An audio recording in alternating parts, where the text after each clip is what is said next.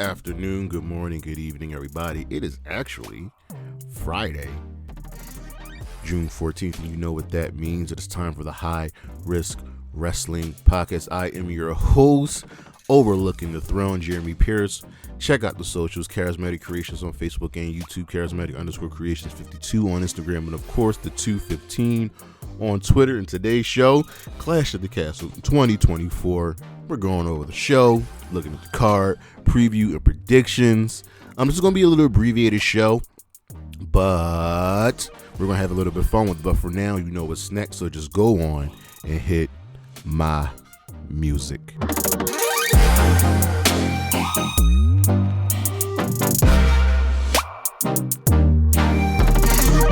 All right, so with this year's Clash taking place in Scotland, and you know, WWE's had a couple past shows in foreign countries, it's time to up the ante. So these are the next 3 countries where the WWE should have an international show. We're going to start with number 3, Mexico City, Mexico. Now listen, they've toured every now and then there, but they don't really, I believe, really have the exposure to the Mexican audience like AEW does, like New Japan does, because they work with those companies. Those AEW and New Japan and even TNA work with CMLL. They work with AAA. And when you have Rey Mysterio, Carlito, and Santos Escobar on your roster, you need to give them one time for the one time a trip down south where they can be treated like gods. And they've earned it. They've all earned it. They all deserve it. And you can really see the difference. Remember what happened when they went to Puerto Rico? I'm just saying. Number 2, Mumbai, India. I think they've been there before, but it hasn't really been anything super crazy. One of the most populous countries on the planet. WWE is global. They are global, and it's time to take that just a little bit further. Mumbai will be a unique experience. You get to see a different lay of the land with the fans, with their culture, and I just think you need to really soak it. Imagine a set with like the Taj Mahal. It would be great, and you treat it as such. I would very much enjoy a show in Mumbai, India. And of course, number 1, Tokyo, Japan. They have not held a giant show there. Not a pay-per-view. Like, they haven't held a pay-per-view there in I don't think ever. Other countries, other companies have shows there. The WWE, look, they want to be global, and they are, for all the purposes, global, but you haven't held a show in Japan. Like, do you want to compete with New Japan? Do you want to compete with All Japan? How would that work out? How would the Japanese audience really accept the WWE product? Because they're used to a different type of product, and I feel like they would lean more towards, you know, obviously New Japan, but Stardom, TNA, AAA, AEW. I would love to see the experience of the WWE in front of a true Japanese audience. We'll be right back.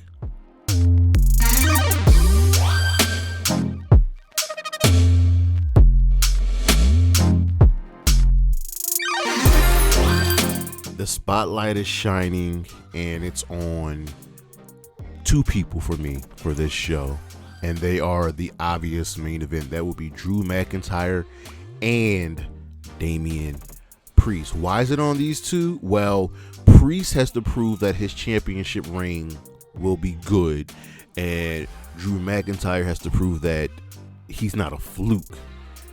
So starting with Damien, he cashed in with the Money in the Bank. He won, and he's had a solid reign. I mean, his first title defense, I think his only title defense so far, has been against Jey Uso. So are you really taking the championship off of him this soon? And Drew McIntyre, well, he's been up and down and tossed around, and he's has one goal, to be champion, but he's been blaming everybody but himself for his failures. And yes, there is some truth in what he's been saying, but there's also a lot of hypocrisy in what he's been saying. He is now home in front of everybody, his people. Drew is the outsider. I'm sorry, Damien is the outsider. What will these 2 cook up? I'm curious, and we'll dive into this later into the show, but these 2 have to show up and show out and warrant being that top spot. The spotlight is on both of them. What will they do with it?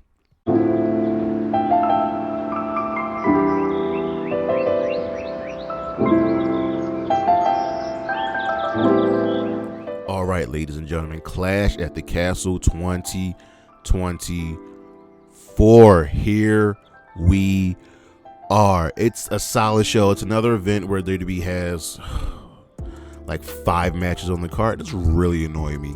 But we'll take a look at that later. Let's look at the last Clash at the Castle, which took place in 2022. For some reason, I thought there was one in 2023.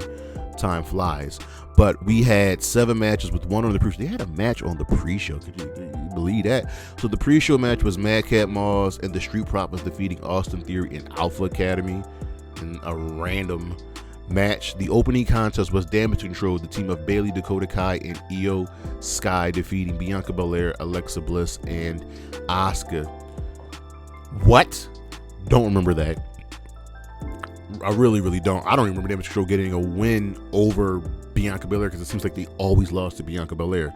Our next match on the card was Gunther versus Drew McIntyre for the Intercontinental Championship, and we all remember this match. A banger of a match. I cannot believe they haven't topped. They've come close. They've come close. The next match after that was Liv Morgan defending the SmackDown Women's Championship against Shayna Baszler, defeating her by pinfall. Liv was on a little bit of a run here. Then we had Edge and Rey Mysterio defeating the Judgment Day team of Finn Balor and Damien Priest, but we all know what happened here. Dom turned on his father and ended up joining the Judgment Day. Then we had Seth Rollins defeating Matt Riddle in a solid affair, and of course the main event was Roman Reigns retaining the undisputed WWE Universal Championship over Drew McIntyre. I think this was the debut of Solo Sikoa.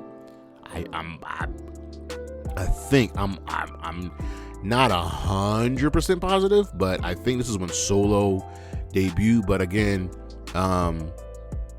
Roman is going to Roman, and the reign was going on. Let me take a look back. Hold on. No, this was Tyson Fury getting involved, and it still didn't help Drew win. I forget when Solo Sikoa. Oh yeah. Solo Sikoa debuted during this match. I was right. I just remember this and remember. Look, story beats. But anyway, let's get into this year's card. So this year's show has 5 matches. Once again, WWE does this dumbass 5 matches on the card. They're going to get away with running another 5-match pay-per-view. And personally, they could run 7 matches on this card. If I'm thinking about everything that's going on, they could definitely run Braun versus Ilya in a rematch from Raw. They could definitely run Kofi versus Karrion Kross, everything that's going on there. They can even run that SmackDown Tag Team title match. Like, you can't get away with just 5 matches on the card, but I digress. So our first match is a triple threat match with Bianca Belair and Jade Cargill defending the WWE Women's Tag Team Championships against Isla Dawn, the team of Isla Dawn and Alba Fire, and the team of Shayna Baszler and Zoe Stark. And even though Alba and Isla have the hometown crowd, they're not even the favorites. Alba got choked out by Shayna on Monday. Just done, dead, over, finished. And they were just an afterthought. And I don't want to say that the WWE wants to easily go to the Bianca versus Jade well just yet. Jade still needs work, but she's done a very, very fine job. I am completely over Bianca Belair. I am just over Black Girl Magic winning all the time. I'm so glad Bayley's the champion right now. I fear for when Charlotte and Alexa Bliss come back for Bayley. I'm crying inside. I'm crying for when they make Bianca Belair a single star again. But the team of Bianca and Jade has been good. That I cannot deny. And of course, we have Shayna and Zoe. Now, I think Shayna might be the favorites here. They've been gunning for these titles, and I think they are a really tough test for Bianca and Shayna, for Bianca and Jade, just because Zoe and Shayna are just really, really tough and will fight to the death. This is hard to pick because I can see every single team here walking away. Would they go double hometown wins here? I don't think Isla and Alba are winning. This is tough. This is really tough. I think you've got to rebound Shayna and make her Shayna Baszler again. So I'm gonna go with Shayna and Zoe Stark to win the tag team titles here. They really haven't capitalized on Shayna and Zoe sending Trish and Ronda away. Like, they haven't really done that, and it's time to capitalize on that. So we're gonna go with Shayna Baszler and Zoe Stark walking away as your new women's tag team champions, but expect something to happen. I don't know just yet. Next up, we've got Cody Rhodes versus AJ Styles on an I Quit match for the undisputed WWE Championship, and we're running it back. AJ gets his second title shot after Logan Paul got the last one, and remember, Cody won the first match versus AJ, so this match came about with AJ faking his retirement a la Mark Henry. So here we are, and Cody was the one that requested the I Quit match. Do not forget that. It was Cody that did it. So here we are, and this is tough because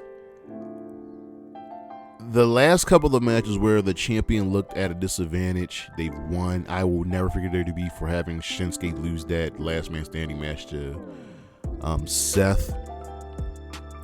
Could they really do something of making AJ Styles win? Would they really have Cody say I quit after his appearance on NXT? The match is going to be good, right? But I'm talking like the outcome is in doubt, and the outcome really shouldn't be in doubt. I think Cody's winning here, and we got to rehabilitate AJ Styles again. Cody's winning, and it sucks because I don't like when WWE creates a new heel and they look great and they look dominant and they lose. Like, Shinsuke should have beaten Seth Rollins a couple times, and I think AJ should win here, but he's not. So take Cody Rhodes to walk away as your champion. Next up, we have Sami Zayn defending the Intercontinental Championship against Chad Gable, and this one is really, really interesting because there are a lot of moving parts here. So essentially, the story goes, Chad Gable couldn't defeat Gunther for the championship. A lot of people came close. Chad was probably the closest until Sami came along, and Chad trained Sami to defeat Gunther, and Sami won. So now it's like you couldn't beat the guy, so you trained someone else who ended up beating the guy. That must make you feel like crap. And Gable has just become this bully, and he's been bullying the Alpha Academy. He's been tearing them down. He's been tearing down Tozawa and Otis and Maxine, and Sami's been trying to uplift them. But caught in the middle of all of this is Otis. So the question is, what side does Otis pick? Where does he go? But there's a caveat here. There's a wild card. That's the Creed brothers. Because we've seen we've seen Gable talking with them a couple times over the last month or so. And after the Creed brothers got annihilated by AOP, could we see a change? Could we see Ivy now turn on her friend Maxine Dupree? Could we just see everybody side with Gable? Because this is what Gable wants. He wants the Intercontinental Championship. Sami's had a nice run, but in my heart of hearts, in my head of heads, I think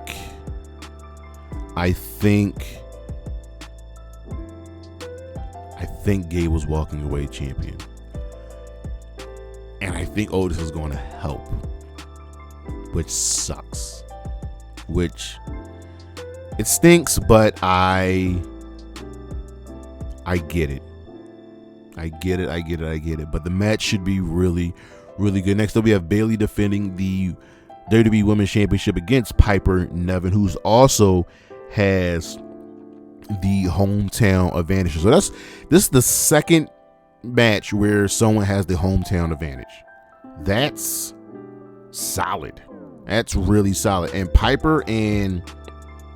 here's the thing, Piper and Bayley are going to be great here. That promo they cut last Friday on SmackDown each other was absolutely amazing. Bayley's like, I've been watching you, Piper. You're so good. You don't need Chelsea. Watch your Dominion Classic.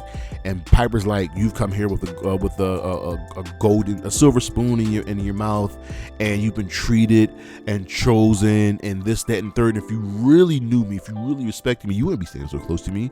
I was winning championships long before you ever stepped foot in. Like, it's just so good. I'm glad that Piper Niven has a spotlight on her. She has rightfully earned it. The match is going to be good because I've seen Piper wrestle. I know how good Piper is, and y'all know I love me some Bayley. This match is going to get some time to breathe, and it's going to be really good. It's going to be really, really good. But I think it's going to be the second match in a row where the hometown wrestler falls just a little bit short, and Bayley is walking away as your women's champion, and that's okay. Piper's going to look great. It's going to be like when Zelina lost to Rhea in Puerto Rico at Backlash like 2 years ago. Okay? In our main event, Drew McIntyre taking on Damien Priest, who will be defending his World Heavyweight Championship, and the Judgment Day is barred from ringside. Damien Priest's reign has not been long. He won the title at WrestleMania. He's only had one title defense. One. And that was against Jey Uso at Backlash. So, Drew finally has another shot. The Judgment Day are barred from ringside. There are no excuses, except there will be an excuse. And that excuse will be in the name of CM Punk. That asshole will show up. So the question is, does CM Punk cost Drew the title? It's a really good question. I say yes. I think Drew will end up with the title at some point. I just can't see Damien Priest's reign ending so soon. And there's a lot of moving parts here. You got Liv. What will she do? You've got, obviously, Punk. It's tough. It's really, really tough. I think Damien Priest is walking away champion thanks to CM Punk, but I don't think it's over. And it sucks because I think Drew should get this moment to win the championship in front of his fans, in front of his family, and it's going to suck. I'm like, I want to be wrong, but I also don't want Priest's reign to be over. You know what? Screw it. I'm changing it. I'm changing it. Drew McIntyre is winning. Drew McIntyre is winning here. CM Punk's going to mess up. Drew's winning. I'm changing. Drew's winning. It just feels like the right, smart, safe choice. I see the implosion of the Judgment Day coming, and it's going to boil over at some point. It's probably going to start here. But one more time, our winners for me, I have Shayna Baszler and Zoe Stark becoming the new Women's Tag Team Champions. I have Cody Rhodes retaining over AJ Styles. I have Chad Gable defeating Sami Zayn to become the new Intercontinental Champion. I got Bayley defeating Piper Niven, retaining the Women's Championship. And I have Drew McIntyre defeating Damien Priest to become the new World Heavyweight Champion. But, ladies and gentlemen, that is our show. Thank you for listening. Thank you for watching. Coming up this week, check out the list we got posted. We got more lists next week. We got a Let's Talk About It, the WWE TNA partnership. We got a Flashback Friday coming up, Faction Warfare, another Let's Talk About It, and of course, Forbidden Door, baby. Check out the socials, Charismatic Creations on Facebook and YouTube, Charismatic_Creations 52 on Instagram, and of course, the 215 on Twitter. And as always, Anna J, Isla Dawn, Gigi Dolan, Chris Statlander, Willow Nightingale, and Anna J. Holla at your boy. Thanks to Anna J twice. Anna, holla at your boy twice. Peace. Oh, and Bailey.